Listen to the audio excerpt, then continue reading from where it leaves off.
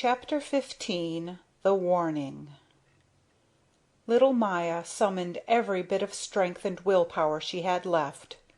Like a bullet shot from the muzzle of a gun bees can fly faster than most insects she darted through the purpling dawn in a lightning bee-line for the woods, where she knew she would be safe for the moment, and could hide herself away should the hornet regret having let her go and follow in pursuit. Gossamer veils hung everywhere over the level country. Big drops fell from the trees on the dry leaves carpeting the ground, and the cold in the woods threatened to paralyze little Maya's wings. No ray of the dawn had as yet found its way between the trees. The air was as hushed as if the sun had forgotten the earth, and all creatures had laid themselves to eternal rest. Maya, therefore, flew high up in the air. Only one thing mattered: to get back as quickly as strength and wits permitted to her hive, her people, her endangered home. She must warn her people. They must prepare against the attack which the terrible brigands had planned for that very morning. Oh, if only the nation of bees had the chance to arm and make ready its defenses, it was well able to cope with its stronger opponents. But a surprise assault at rising time! What if the queen and the soldiers were still asleep? The success of the hornets would then be assured. They would take prisoners and give no quarter. The butchery would be horrible. Thinking of the strength and energy of her people, their readiness to meet death, their devotion to their queen, the little bee felt a great wrath against their enemies, the hornets. Her beloved people! No sacrifice was too great for them. Little Maya's heart swelled with the ecstasy of self-sacrifice and the dauntless courage of enthusiasm. It was not easy for her to find her way over the woods. Long before, she had ceased to observe landmarks as did the other bees, who had great distances to come back with their loads of nectar. She felt she had never flown as high before. The cold hurt, and she could scarcely distinguish the objects below. "What can I go by?" she thought. "No one thing stands out. I shan't be able to reach my people and help them. Oh, oh! And here I had a chance to atone for my desertion. What shall I do? What shall I do?" Suddenly some secret force steered her in a certain direction. What is pushing and pulling me? It must be homesickness guiding me back to my country. She gave herself up to the instinct and flew swiftly on. Soon in the distance, looking like gray domes in the dim light of the dawn, showed the mighty lindens of the castle park. She exclaimed with delight. She knew where she was. She dropped closer to the earth. In the meadows on one side hung the luminous wisps of fog, thicker here than in the woods. She thought of the flower sprites who cheerfully died their early death inside the floating veils. That inspired her anew with confidence. Her anxiety disappeared. Let her people spurn her from the kingdom. Let the queen punish her for desertion. If only the bees were spared this dreadful calamity of the hornets' invasion. Close to the long stone wall shone the silver fir that shielded the bee city against the west wind. And there, she could see them distinctly now, were the red, blue, and green portals of her homeland. The stormy pounding of her heart nearly robbed her of her breath. But on she flew toward the red entrance which led to her people and her queen. On the flying board 2 sentinels blocked the entrance and laid hands upon her. Maya was too breathless to utter a syllable, and the sentinels threatened to kill her. For a bee to force its way into a strange city without the queen's consent is a capital offense. "Stand back!" cried one sentinel, thrusting her roughly away. "What's the matter with you? If you don't leave this instant you'll die. Did you ever?" He turned to the other sentinel. "Have you ever seen the like? And before daytime, too!" Now Maya pronounced the password by which all the bees knew one another. The sentinels instantly released her. "What? they cried. "You are one of us, and we don't know you."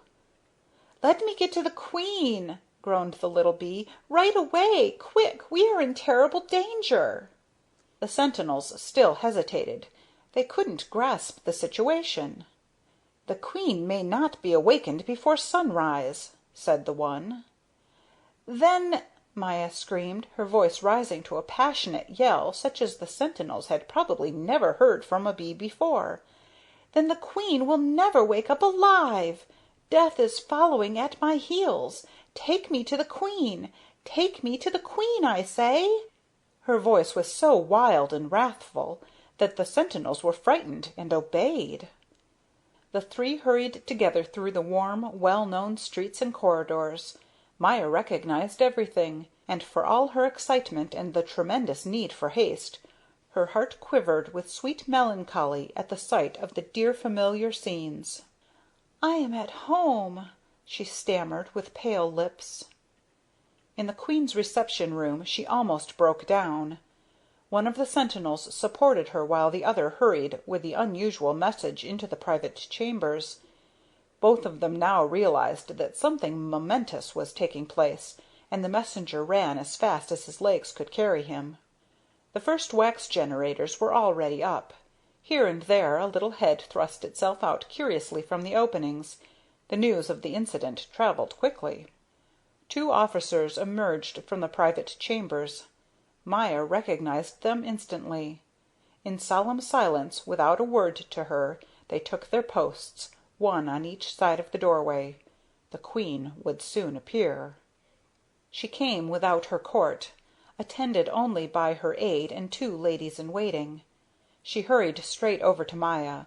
When she saw what a state the child was in, the severe expression on her face relaxed a little. "You have come with an important message. Who are you?" Maya could not speak at once. Finally she managed to frame two words. "The hornets!" The queen turned pale, but her composure was unshaken, and Maya was somewhat calmed. "Almighty Queen," she cried, "forgive me for not respecting the duties I owe your Majesty. Later I will tell you everything I have done. I repent. With my whole heart I repent. Just a little while ago, as by a miracle, I escaped from the fortress of the hornets, and the last I heard was that they were planning to attack and plunder our kingdom at dawn." The wild dismay that the little bee's words produced was indescribable. The ladies in waiting set up a loud wail. The officers at the door turned pale and made as if to dash off and sound the alarm. The aide said, "Good God!" and wheeled completely round, because he wanted to see on all sides at once. As for the queen, it was really extraordinary to see with what composure, what resourcefulness she received the dreadful news.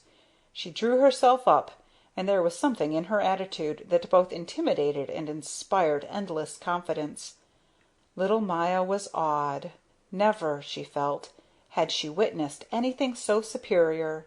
It was like a great, magnificent event in itself. The queen beckoned the officers to her side and uttered a few rapid sentences aloud. At the end Maya heard: "I give you 1 minute for the execution of my orders. A fraction of a second longer, and it will cost you your heads." But the officers scarcely looked as if they needed this incentive. In less time than it takes to tell, they were gone. Their instant readiness was a joy to behold. "Oh, my queen!" said Maya. The queen inclined her head to the little bee, who once again for a brief moment saw her monarch's countenance beam upon her gently, lovingly. "You have our thanks," she said. "You have saved us. No matter what your previous conduct may have been, you have made up for it 1,000-fold. But go, rest now, little girl. You look very miserable, and your hands are trembling." "I should like to die for you," Maya stammered, quivering. "Don't worry about us," replied the queen. "Among the thousands inhabiting this city, there is not one who would hesitate a moment to sacrifice his life for me and for the welfare of the country. You can go to sleep peacefully."